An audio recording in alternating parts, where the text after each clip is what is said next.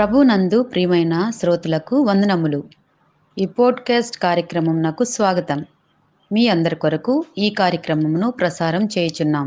విని దైవాశీస్సులు పొందుకోగలరు. ప్రియ దేవుని బిడ్డలారా, దేవుని యొక్క వాక్యాన్ని ఈ వారమంతా బైబిల్ గ్రంథం ఏ విషయాల గురించి, మంచి విషయాలు ఎక్కడ ప్రస్తావించింది, చెడు విషయాలు అంటే ఏంటి అనే విషయాన్ని మనం గమనించుకుంటూ వచ్చాం. చివరిగా ఒక ముఖ్యమైన విషయాన్ని మనం గమనిద్దాం. మంచిది కాని విషయాల్లో ఒక 2 విషయాలు ఈ భాగంలో గమనిద్దాం. సామెతలు 28:21.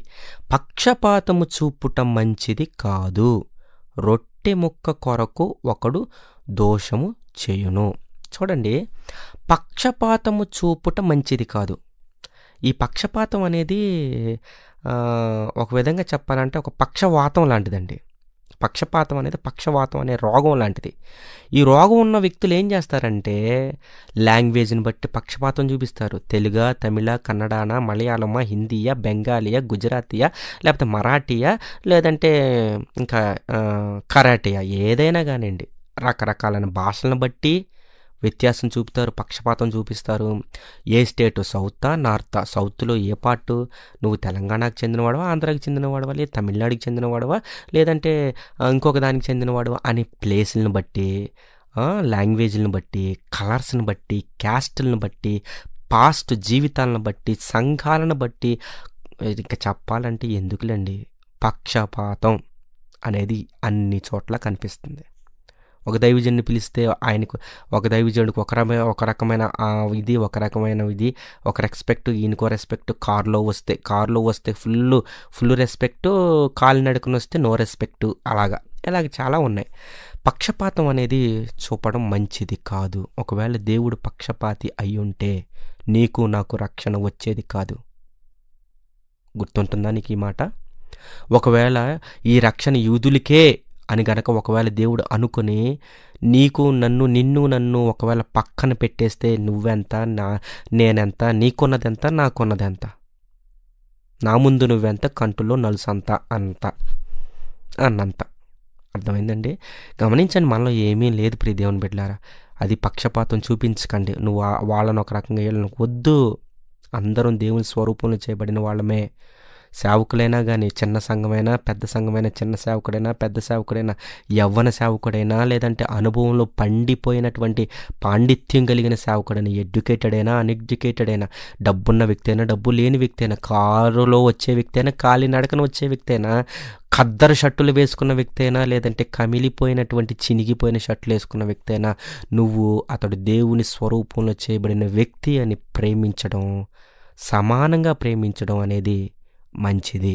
ఒకవేళ నువ్వు సమాధానంగా కాకుండా సగం ప్రేమించావంటే నీకున్న సమాధానాన్ని పోగొట్టేస్తుంది. అది మంచిది కాదని వాక్యం చెప్తున్నప్పుడు నువ్వెలా మంచిదని చెప్తావు? కాబట్టి జాగ్రత్త.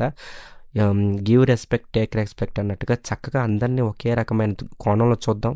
ప్రభువుని గణపరిచేటటువంటి, పక్షపాతము లేనటువంటి ఒక మంచి వ్యక్తులంగా మనం బ్రతకడం అనేది ఎంతైనా మంచిది అని మనం గుర్తుపెట్టుకోవాలి. అంతేకాదండి, అతిశయపడుట మంచిది కాదు అని 1 కొరింథీ 5:6 కూడా మనకు కనిపిస్తుంది. మీరు అతిశయపడుట మంచిది కాదు, పులిసిన పిండి కొంచెమైనను ముద్దంతయు పులియజేయనని మీరు ఎరుగరా? మీరు పులిపిండి లేనివారు గనుక క్రొత్త ముద్ద అవుటకై ఆ పాతదైన పులిపిండిని తీసి పారవేడి. ఇంతేకాక క్రీస్తు అను మన పస్కా పశువు వధింపబడెను గనుక పాతదైన పులిపిండితోనైనను దుర్మార్గతయు దుష్టత్వము పులిపిండితోనైనా కాకుండా నిష్కాపట్యమును సత్యమును పులియని రొట్టెతో పండగ ఆచరింతము. చూసారా ఎంత స్పష్టంగా చెప్తుందో? అతిశయపడుట మంచిది కాదు. ఒకవేళ నీకు మంచి జాబ్ ఉందని, మంచి అందం ఉందని, ఐశ్వర్యం ఉందని నువ్వు ఒకవేళ మిడిసిపడుతూ ఉంటే, అతిశయపడుతూ ఉంటే, నాకు బంధువులు ఉన్నారు, బంధు బలగాలు ఉన్నాయి, నాకే బాగా బలం ఉంది, కండ బలం, గుండె బలం, కుల బలం, మత బలం అనే బలాలు నువ్వు ఉన్నాయని నువ్వు అతిశయిస్తూ ఉన్నావనంటే ఆ అతిశయించటం మంచిది కాదు. ఈరోజు ఉన్నది రేపు ఉండకపోవచ్చు. డబ్బుకి రెక్కలు ఉంటాయంట. ఈరోజు నీ దగ్గర వాలింది, రేపొద్దున రెక్కలు ఉన్నాయి కదా, వేరే వాడి దగ్గర వాలొచ్చు, చెప్పలేం.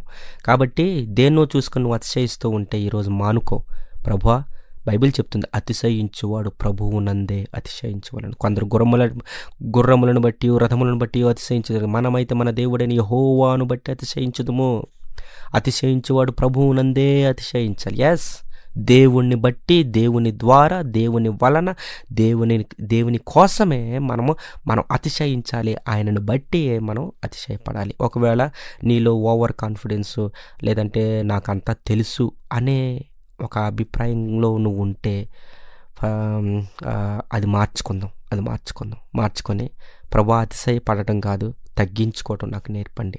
నేను ఒకవేళ అతిశయిస్తూ నాకేముందిలే అని అనుకుంటే నువ్వు పులిసిన పిండి కొంచెం ఉన్నా చాలంట, మొద్దంతాన్ని చెడగొడుతుంది. నువ్వు చెడిపోయి నీ కుటుంబాన్ని చెడగొట్టిన వ్యక్తి పోతావు. నీలో ఉన్న గర్వం నీ కుటుంబానికి పాకిపోవచ్చాము, నీలో ఉన్న అతిశయం నీ కుటుంబానికి పాకొచ్చాము, నీలో ఉన్న అబద్ధాలు నీ కుటుంబానికి పాకొచ్చాము. ఆల్రెడీ నీకు ఒక రోగం అంటుకుంది, ఆ రోగం కరోనా లాగా పక్కన వాళ్ళు కూడా స్ప్రెడ్ అవ్వచ్చాము. కాబట్టి పులిసింది నీలో కొంచెం ఉన్న పులియని దానిని చెడగొడుతుందని వాక్యం చెప్తుంది. జాగ్రత్త. ఇట్లాంటివి మనం మానుకొని మంచిది కాదు అన్నదాన్ని వదిలేసి మంచిది అన్నదాన్ని పట్టుకొని ప్రభువుకి ఘనంగా మంచిగా మనం బ్రతుకుదాం. ప్రభువుకి మహిమకరంగా మనం ఉందాం. ప్రభు మనకి సహాయం చేయనుగాక. ఆమేన్.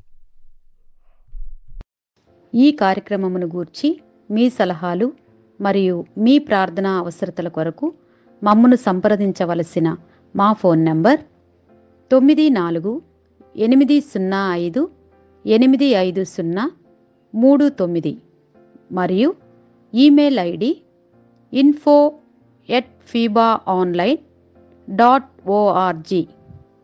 మా ఫోన్ నంబర్ మరొకసారి 9480585039. Email ID info@fibaonline.org.